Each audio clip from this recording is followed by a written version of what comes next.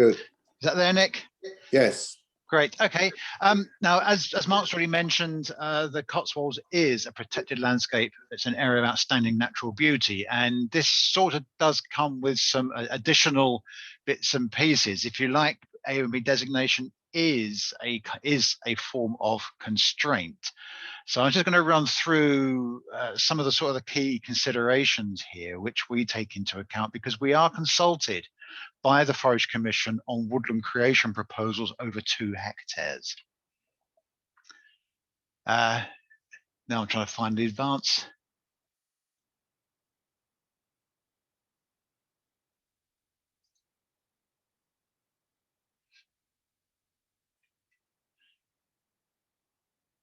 I've got the same problem I had last time in terms of moving the slides forward. Hang on.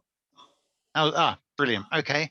So being an AONB, what does it actually mean? Well, AONBs are landscapes which are basically designated and protected in the interest of the nation.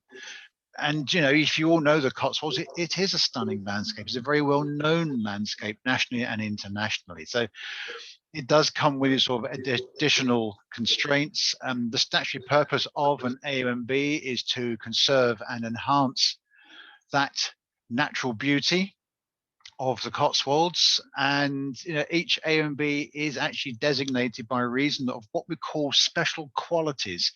Now, there's quite a list of these for the Cotswolds. A lot of them are going to be fairly obvious, actually. Yeah, some of those wide open views, panoramas, dry stone walls, but you know, the special qualities of the Cotswolds includes things like the flora, the fauna, historical landscape. Now, historical landscape does include field patterns as well. There's some enclosure field patterns. We've got some very old ones in there, areas of assarting where original sort of forest was cleared too. And of course, some cultural associations are very strong when it comes to the Cotswolds as well. Now, there's also a duty here which is imposed on public bodies. Now, this doesn't act, it's not a duty which is imposed on you as a private landowner on a farm in the Cotswolds, but this is the reason why things where things go through the Forest Commission or Natural England or the Environment Agency, they will always, or supposed to at least anyway, pick up on the purposes of conserving and enhancing the AONB. So these duties apply to any Minister of the Crown, any public body, so public bodies, Natural England, local authorities and so on, statutory undertakers, so this is things like the water companies and Western Power Distribution for the cabling and this type of thing. So anything which in the future, your countryside stewardship, your ELM application in the future will all be picked up as part of this duty as well. Now, there's also this thing about screening of forestry projects, and there are different thresholds depending on where you are. Outside of areas of outstanding natural beauty in national parks, it's actually 5 hectares, which can spark off screening, or in low sensitive areas, even up to 50 hectares before sparking off this. But within an AONB and a national park, proposals of more than 2 hectares, and it doesn't have to be entirely, it can be overlapping with the AONB, actually prompts this EIA screening and consultation with us. Now, there is also this sort of a cumulative impact thing. So there's a little tiny catch. So if you're looking to extend an existing woodland you planted within the past 5 years, if that extension is less than 2 hectares, it can still be picked up as part of the EIA screening. How do we know what we're conserving and enhancing? So when we are sort of commenting on proposals to create woodland in the Cotswolds, we have a lot of sort of background evidence data we use. The top document is actually the AONB management plan, which is a statutory document. It's a requirement and it's reviewed every 5 years. That identifies this whole list of sort of special qualities. So things like the use of escarpment, archaeology I've already touched on, but interestingly, it also picks up on things like on the high wold, we've got these large, open, elevated landscapes with stunning views. Now, those views can be within the Cotswold, looking down the high wold, but it can equally be westwards across to Wales, or even southeastwards across to places like the North Wessex Downs and the Chilterns in the far distance. The management plan is supported by, and this is where you get to some of the key documents now which we use. There's the landscape character assessment, which actually describes the Cotswolds. It actually breaks the Cotswolds down into 19 different landscape types, and that's the different colors on the map which Mark showed in his presentation. But it's a description, so we've converted that into a tool. And this is where the landscape strategy and guidelines come in. It's quite a hefty document, but we've tried to make it easier to find the bit at the end of each of the 19 sections, focusing entirely on woodland and trees. But I'll come back to this at the end of the presentation. So all our comments are actually based on something, and the landscape strategy and guidelines and the management plan aren't things which the board just pluck out of the air. They are all based on evidence, on science, and they've been through the full sort of regime of consultation to actually get to a point of adoption. Now, Cotswold woodlands are actually a major component of the landscape, particularly if you think about those beech woods which are along the Cotswold escarpment. A lot of those are also SSSI and internationally special areas of conservation as well.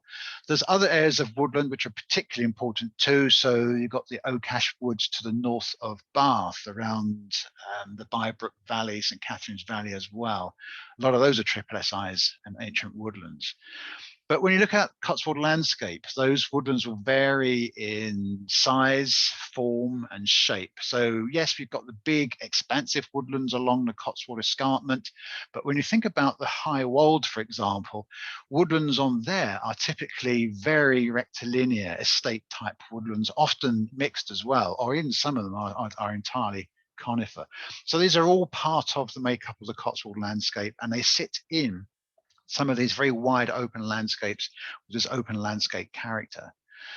Now, there's a national target by 2065 to increase woodland in England from about 10% to 12%. And it may surprise you, it surprised a lot of people, that actually we're almost at 14% when it comes to woodland in the Cotswolds AONB. Now, admittedly, that largely is assisted by the beech woods along the top of the Cotswold escarpments and blocks to the north of Bath, and places like the Bathurst Estate and Cornbury Park and the Wychwood Forest as well. But we are actually already ahead of the game when it comes to that national target. Now, that doesn't mean we don't plant more, but I think it's just an interesting fact that we are already ahead of that national target of 2065. Now, I want to mention just very briefly trees outside woods as well. These are also important in the wider landscape, and these are trees which can be parkland trees, they can be hedgerow trees, infield trees, and this type of thing. And they can, in places, be an important part of that landscape and that landscape character. They can also provide actually important links across the landscape as well. So, groups of trees, hedgerow trees can actually link woodlands. Rows of trees are also very important, for example, as flight lines for bats, which just use them as a guide across the landscape as well. So there's other purposes here when it comes to some of these trees outside woods. Now, the key thing that Mark's already mentioned, that when it comes to, well, actually any landscape, but we're particularly fussy on this when it comes to the AONB, it's this right tree, right place for the right reason. And there's just two sort of bullet points here. Basically, what these are saying is that plant the wrong trees in the wrong place, and it can be very detrimental to this highly valued Cotswold landscape. It can impact on other priority habitats, either directly or indirectly, because one of the things we've also are looking to do is actually increase and connect other habitats in the Cotswolds as well, including limestone grasslands. And actually, if we get things in the wrong place, it can actually block the opportunities for those other connections as well. Now, shelter belts are a real problem and are sometimes the most difficult thing to fit into the Cotswold landscape, because they can block views from roads for quite some considerable distance. And it's often when it comes to shelter belts that we end up with most of our objections and requests for modifications as well. So they are a particular difficult thing to fit. But if you plant trees and woodlands in the right place, it can strengthen landscape character. It can create these links. It can also do other things like benefiting natural flood management and capturing and storing carbon. And of course, it can help the Cotswold economy as well, whether that's renewable energy or the growing forestry sector. It can have some really positive impacts if it's in the right location. So there are a number of considerations which we take into account, and these things are also covered in things like the management plan and landscape strategy and guidelines. So yes, there is biodiversity, and yes, believe it or not, I still do get to see the occasional application for trees to be planted on unimproved grasslands. It still happens. Archaeology, there's the obvious things like the scheduled monuments, but there's the less obvious things which are being listed in the historic environment records, which are recorded by the local authorities, the county and unity authorities. And these can sometimes just be those odd lumps and bumps in the fields. Sometimes it can be areas of historic delves where slate mining has operated in the Cotswolds. It can be just subtle lumps and bumps in terms of earthworks, deserted medieval villages. Now, most of these things are not actually scheduled, but they are important locally and very important when it comes to telling a story of the Cotswolds as well. And they're a draw for visitors too, actually, which is quite an important part of the Cotswold economy. But the archaeology is also things like field shapes and field patterns too. Earth heritage, also called geoconservation. Actually, the Cotswolds is surprisingly important for this. We have a very rich earth heritage within the Cotswolds, and it can range from delves, these sort of lumpy, bumpy fields, sort of old medieval quarries, to some very striking features like the networks of dry valleys we have on the high wolds. There's also impact on species. Now, species consideration, Mark's touched on this when it comes to what species to plant within woodlands. And it can range from Cotswold natives to UK natives to naturalized, things like horse chestnut and sycamore, to things which are very non-native. And how and where to actually best plant these. And of course, there's a spectrum here as well. So if it's sort of looking at extending existing ancient woodlands, the steer might be towards those Cotswold and UK natives. Whereas if it's a freestanding new block of woodland in an area where there are already blocks of conifers, for example, then the non-native end of the spectrum can come more into play as well. We also take into consideration cumulative impact.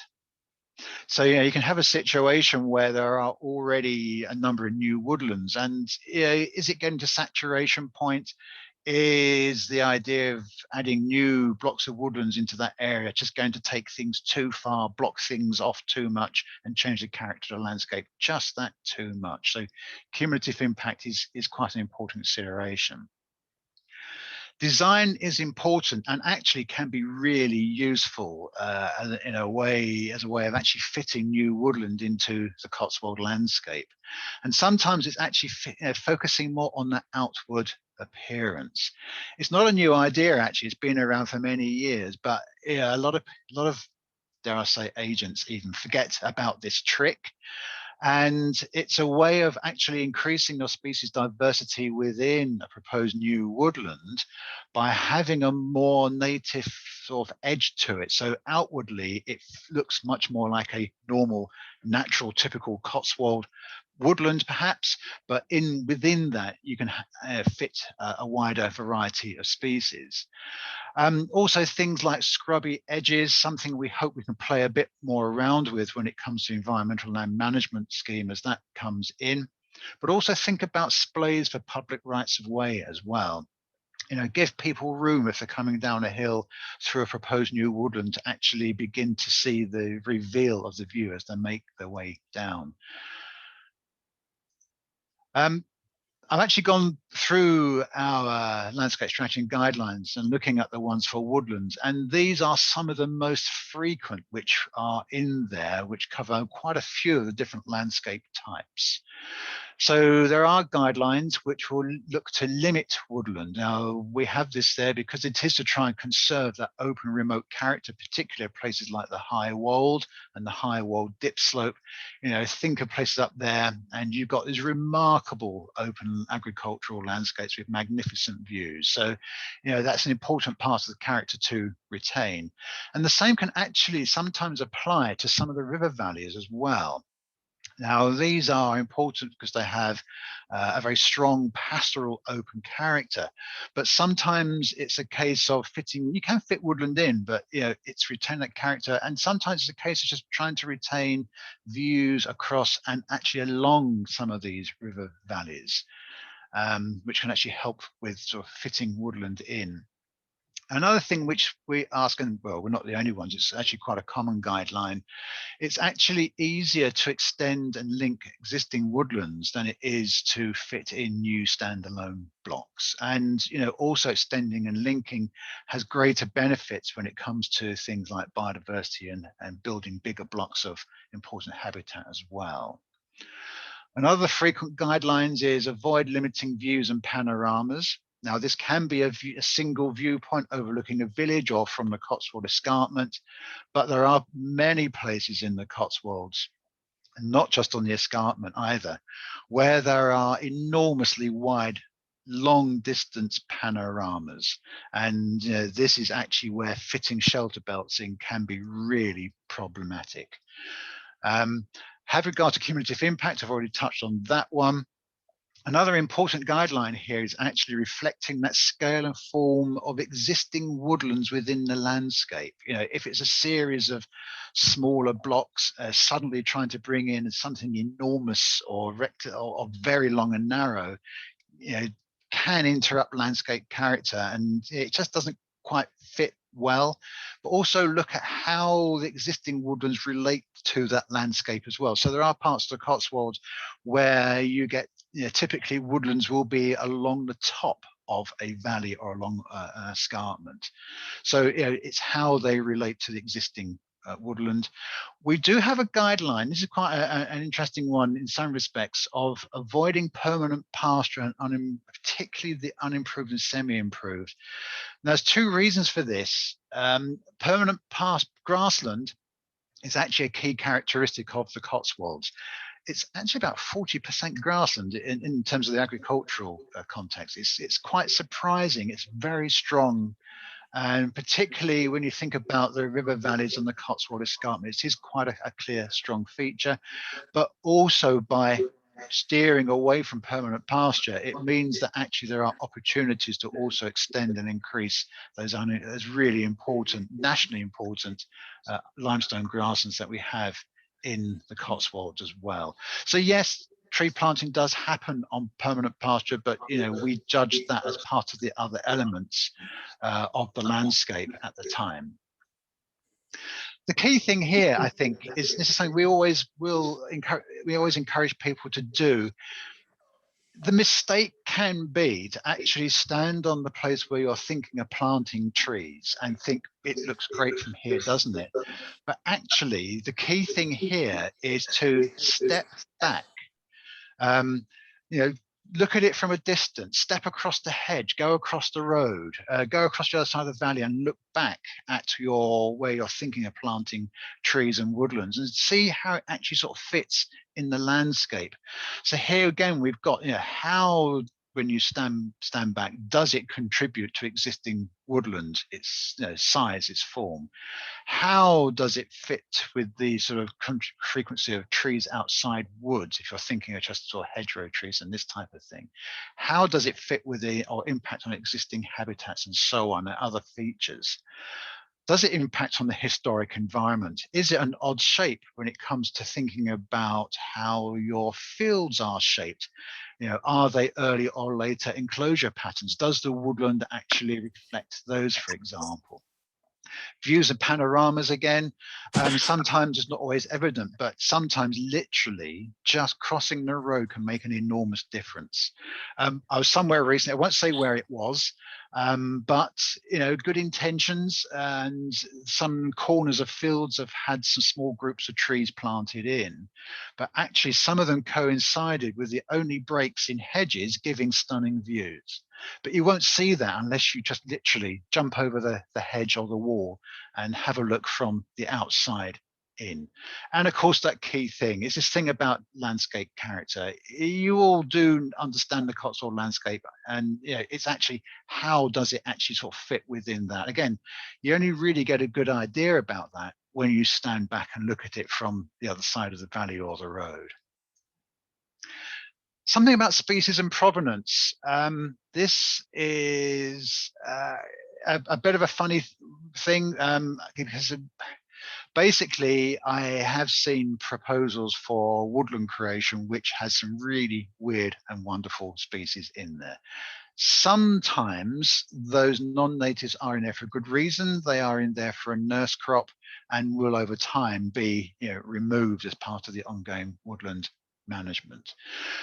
But we've got this sort of issue now of trying to sort of make woodlands resilient to the impacts of climate change and disease. And yes, we do need that wider species diversity. But another approach actually is looking at provenance, getting in some more southern provenance native species can actually help also make those woodlands more resilient to climate change and even to disease to some extent as well. And we do actually have a position statement and guidance on looking at this, encouraging species diversity, but also looking at provenance as well.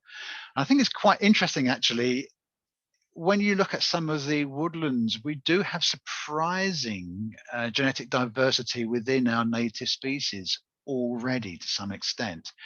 And it's been going for some time. The idea of bringing in different provenance trees is not new and goes back 200 or 300 years. There are some estates in the Cotswolds with records saying they are sending somebody down to Bristol to collect oak trees being brought in from France. So there's an element of southern provenance already here, but we need to think about this. And it's also a bit of an egg and spoon, sort of chicken egg rather, issue here as well, because until we start trying to seek more southern provenance, the nurseries aren't going to be confident enough in actually supplying it. So we do need to actually try and get the message out there. We want to try and get some more southern provenance trees species in, more southern provenance natives in the planting as well. This also needs to take account of the context. I've already mentioned the spectrum about if extending ancient woodland, then we probably want you to lean towards more natives compared to much more freedom in a new standalone thing. And of course, design, as already mentioned, given the outward appearance, can also help with increasing diversity. So, what we're saying, and this echoes actually what the Forest Commission recommendations are when it comes to provenance. In the ideal world, a third of the trees you're planting will be from the same provenance as the Cotswolds. And if you get to the provenance mapping, that's provenances 403 and 404. Ideally, a third will come from more southern UK provenances, so places like Devon, Cornwall, so this is seed and stock, so 404 and 305, and ideally, a third from a bit further south, which means crossing the Channel. But we are importing an awful lot from the continent, but not necessarily more southern provenance. And of course, yes, there are biosecurity measures which need to be placed in this, and they are coming in. It is actually being tightened up. But talking to some nurserymen and agents literally a few weeks back, because of particularly been partly because the upsurge in interest in tree planting and woodland creation, they were searching the continent for tree stock. And we really need to think about this much more and encourage our nurseries not just to grow more, but also get in seed sources from elsewhere. All these guidelines are on our website. Don't worry about trying to write these down, because this presentation will be put on the website, so you can pick them all up from there. I've also included the EIA screening guidance on there as well. So this will take you straight to those when you find your way back to this. And I guess sort of some key messages here really. There is guidance, and I've already mentioned landscape strategy guidelines. It's not the easiest document. We know that. So what I'm doing at the moment, I'm in the process of basically taking out all the stuff to do with woodland creation and tree planting and putting it into something much more slimline and hopefully easier to use. We're also looking at the idea of something on our website which is much more interactive and easier to use as well. So you click on your location and it will give you options to look at the various guidelines, including those for trees and woodlands. The other thing I think we would urge you to do is engage early. When you look at the application forms, it will actually ask you about consulting and have you consulted us, the AONB. And actually, it can save a bit of time and effort if you consult us before you actually submit your final application into the Forestry Commission. I'll give you one example.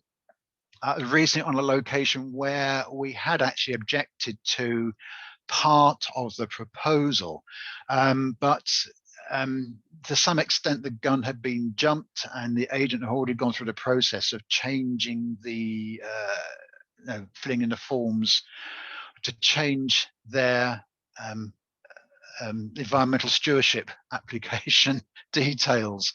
And so I think we could have avoided that with early consultation. I think the Forest Commission would also urge you to consult early as well.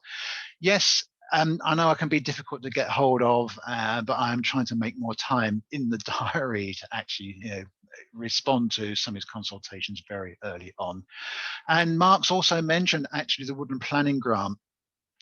This has been really useful. I've actually been through one of these, actually on the Knott Grove estate. I hope Harry won't mind me saying this.